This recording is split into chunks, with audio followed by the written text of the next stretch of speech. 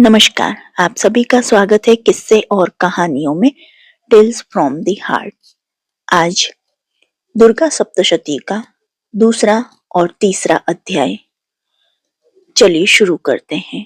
और जो आपको ये अध्याय पसंद आते हैं तो please like, share and subscribe करें और कमेंट बॉक्स में माता रानी की जय जयकार करें। कमेंट बॉक्स में लिखिए जय अम्बे दुर्गा।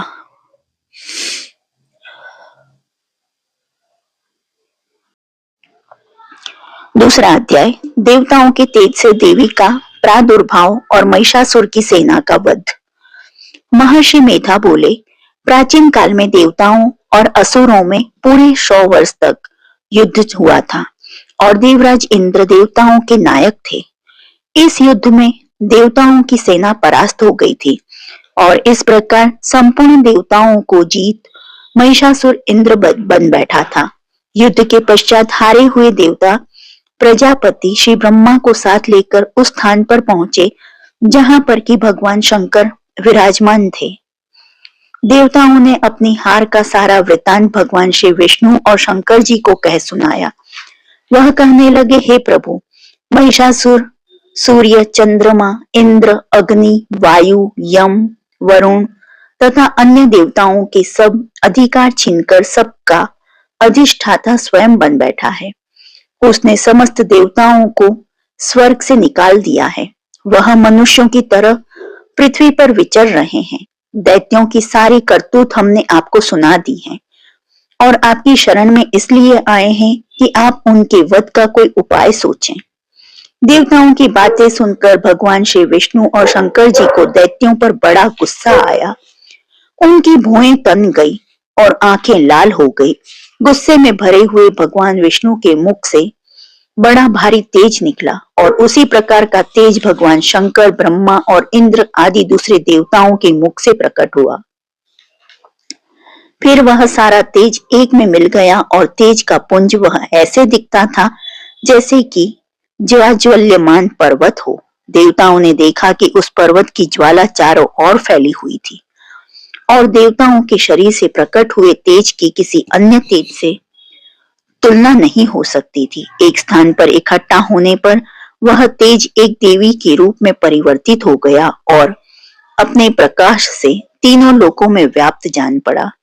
वह भगवान शंकर का तेज था। उससे देवी का मुख प्रकट हुआ। यमराज के तेज से उसके सिर में के बाल बने। भगवान श्री विष्णु के तेज से उसकी भुजाएं बनी।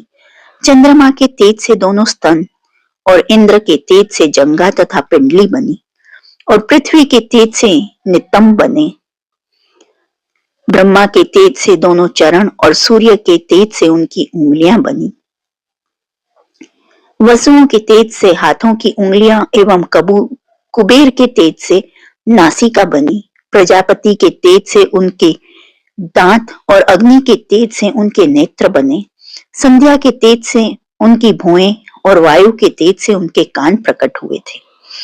इस प्रकार उस देवी का प्रादुर्भाव हुआ था। महिषासुर से पराजित देवता उस देवी को देखकर अत्यंत प्रसन्न हुए। भगवान शंकर ने अपने त्रिशूल में से एक त्रिशूल निकालकर उस देवी को दिया और भगवान विष्णु ने अपने चक्र में से चक्र निकालकर उस देवी को दिया। वरुण ने अपने चक्र में से एक चक्र निकालकर उस देवी को दिया। वरुण ने देवी को शंख भेंट किया।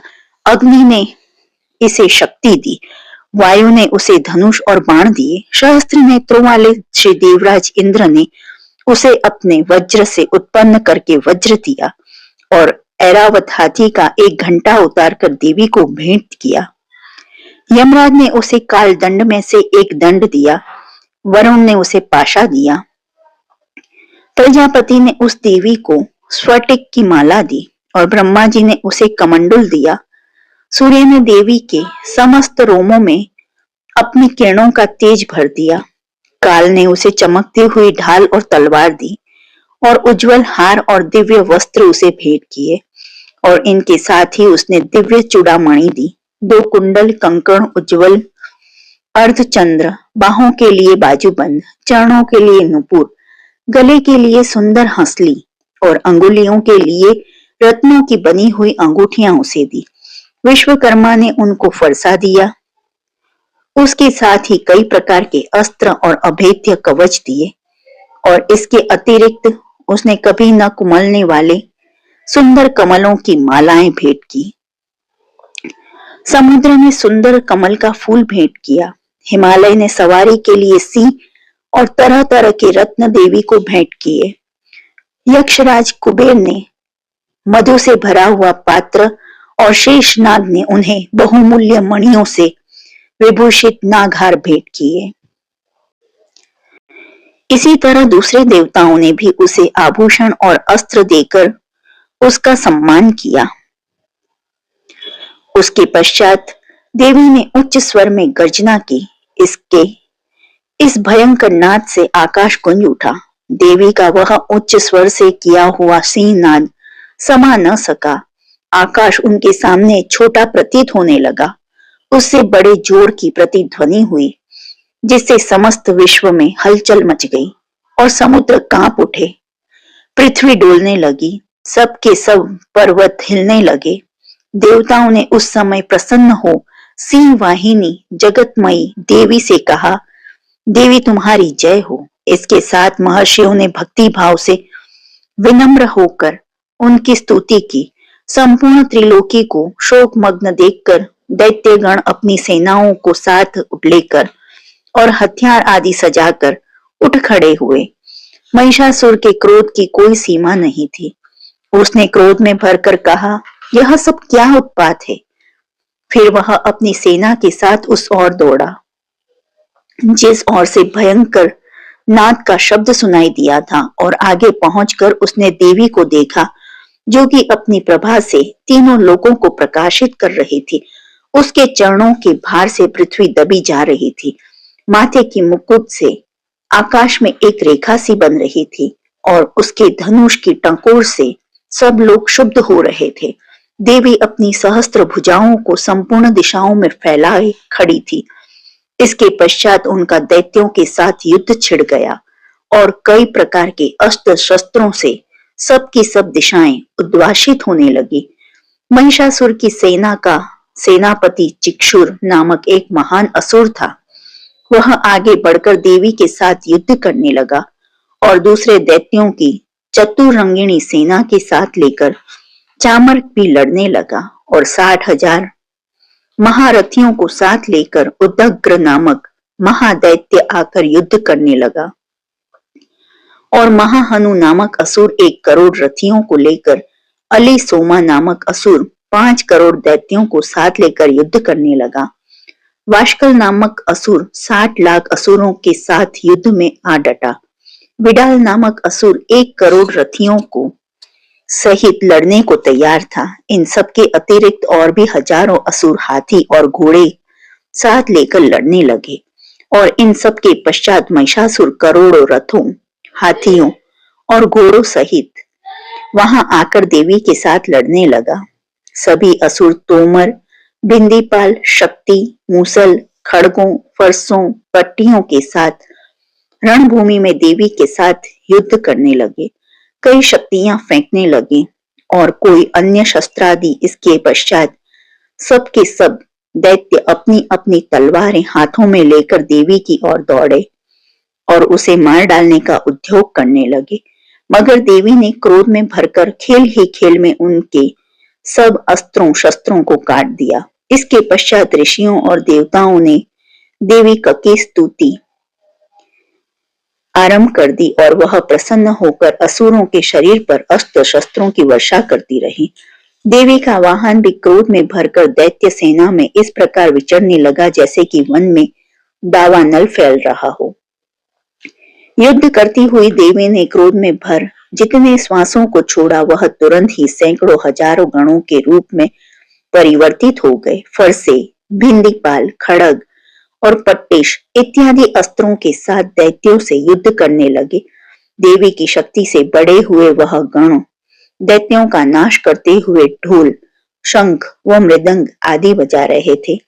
तदंतर देवी ने त्रिशूल, गदा, शक्ति, खड़ग इत्यादि से सहस्त्र असुरों को मार डाला। कितनों को घंटे की भयंकर आवाज से ही यमलोक पहुंचा दिया। कितने ही असुरों को उसने पास में बांधकर पृथ्वी पर धर घसीटा।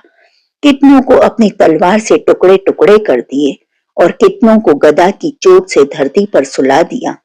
कई दैत्य मूसल की मार से घायल होकर रक्त वमन करने लगे और कई शूल से छाती फट जाने के कारण पृथ्वी पर लेट गए और कितनों की बाण से कमर टूट गई।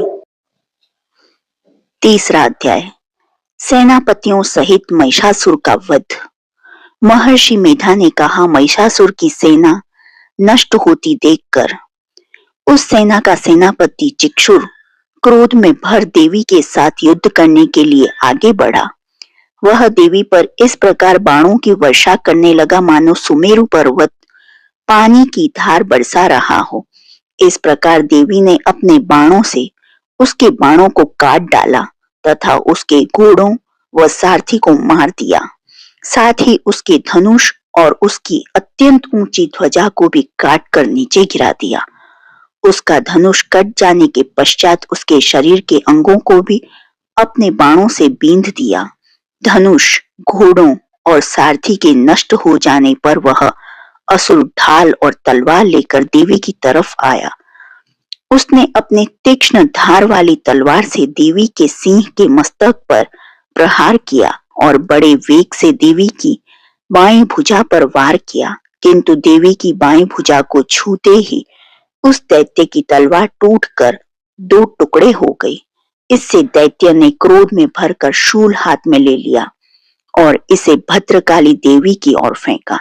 देवी की ओर आता हुआ वह शूल आकाश में गिरते हुए सूर्य के समान प्रज्वलित हो उठा। उस शूल को अपनी ओर आते हुए देखकर देवी ने भी शूल छोड़ा और महाअसुर के शूल के 100 टुकड़े कर दिए और साथ ही महाअसुर के प्राण भी हल लिए। चिक्षुर के मरने पर देवताओं को दुख देने वाला चामर नामक दैत्य हाथी पर सवार होकर देवी से लड़ने के लिए आया। उसने आने के साथ ही शक्ति से प्रहार किया, किंतु देवी ने अपनी हुंकार से ही उसे तोड़कर पृथ्वी पर डाल दिया। शक्ति को टूटा हुआ देखकर दैत्य ने क्रोध से लाल होकर शूल को चलाया, किंतु देवी ने उसको भी काट दिया। इतने में देवी का सिंह उछलकर हाथी के मस्तक पर सवार हो गया और दैत्य के साथ बहुत ही तीव्र युद्ध करने लगा। फिर वह दोनों लड़ते हुए हाथी पर से पृथ्वी पर आ गिरे और दोनों बड़े क्रोध से लड़ने लगे। फिर सिंह बड़े जोर से आकाश की ओर उछला और जब पृथ्वी की ओर आया तो अपने पंजे से चामर का सिर धड़ से अलग कर दिया। क्रोध से भरी हुई देवी ने शिला और वृक्ष आदि की चोटों से उदग्र को भी मार दिया। कराल को दांतों, मुक्कों और थप्पड़ों से चूर्ण कर डाला। क्रुद्ध हुई देवी ने गदा के प्रहार से उद्धत दैत्य को मार गिराया। भिंदीपाल से वाष्पकाल को, बाणों से ताम्र तथा अंधक को मौत के घाट उतार दिया। तीनों नेत्रों वाली परमेश्वरी ने त्रिशूल से उग्रास्य, उग्रवीर्य और महाहनु नामक राक्षसों को मार गिराया। उसने अपनी तलवार से विडाल नामक दैत्य का सिर काट डाला तथा अपने बाणों से दुर्धर और दुर्मुख राक्षसों को यमलोक पहुंचा दिया। इस प्रकार जब महिषासुर ने देखा कि देवी ने मेरी सेना को नष्ट कर दिया है, तो वह भैंसे का रूप धारण कर देवी के गणों को दुख देने लगा। उन गणों में कितनों को उसने मुख से प्रहार से, कितनों को खुरों से, कितनों को पूंछ से, कितनों को सींगों से, बहुतों को दौड़ाने के वेग से, अनेकों को सिंहनाद से, कितनों को चक्कर देकर और कितनों को श्वास वायु के झोंकों से पृथ्वी पर गिरा दिया। वह दैत्य इस प्रकार गणों की सेना को गिरा देवी के सिंह को मारने के लिए दौड़ा। इस पर देवी को बड़ा गुस्सा आया। उधर दैत्य भी क्रोध से भरकर धरती को खुरों से खोदने लगा तथा सिंगों से पर्वतों को उखाड़ उखाड़ कर धरती पर फेंकने लगा और मुख से शब्द करने लगा। महिषासुर के वेग से चक्कर देने के कारण पृथ्वी शुद्ध होकर फटने लगी। उसकी पूंछ से टकराकर समुद्र चारों ओर फैलने लगा। हिलते हुए सींगों के आघात से मेघ खंड खंड हो गए और श्वास से आकाश में उड़ते हुए पर्वत फटने लगे। इस तरह क्रोध में भरे हुए राक्षस को देख चंडिका को भी क्रोध आ गया। वह उसे मारने के लिए क्रोध में भर गई। देवी ने पाश फेंककर दैत्य को बांध लिया और उसने बांध जाने पर दैत्य का रूप त्याग दिया और सिंह का रूप बना लिया। और ज्यों ही देवी उसका सिर काटने लगी, उसने पुरुष का रूप बना लिया जो कि हाथ में तलवार लिए हुए था। देवी ने तुरंत ही अपने बाणों के साथ उस पुरुष को उसकी तलवार ढाल सहित बींध डाला। इसके पश्चात वह हाथी के रूप में दिखाई देने लगा और अपनी लंबी सूंड से देवी के सिंह को खींचने लगा और गर्जने लगा। देवी ने अपनी तलवार से उसकी सूंड काट डाली। तब राक्षस ने एक बार फिर भैंसे का रूप धारण कर लिया और पहले की तरह चर अचर जीवों सहित समस्त त्रिलोकी को व्याकुल करने लगा। इसके पश्चात क्रोध में भरी हुई देवी बारंबार उत्तम मधु का पान करने लगी और लाल लाल नेत्र करके हंसने लगी।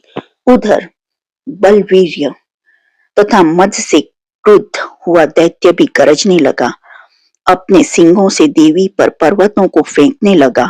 देवी अपने वाणों से उसके फेंके हुए पर्वतों को चूर्ण करती हुई बोली, ओ मूढ़, जब तक मैं मधुपान कर रही हूं तब तू गरज ले और इसके पश्चात मेरे हाथों तेरी मृत्यु हो जाने पर देवता गरजेंगे। महर्षि मेधा ने कहा। यूं कहकर देवी उछलकर उस दैत्य पर जा चढ़ी और उसको अपने पैर से दबाकर शूल से उसके गले पर आघात किया। देवी के पैर से दबने पर भी दैत्य अपने दूसरे रूप से अपने मुख से बाहर होने लगा। अभी वह आधा ही बाहर निकला था कि देवी ने अपने प्रभाव से उसे रोक दिया।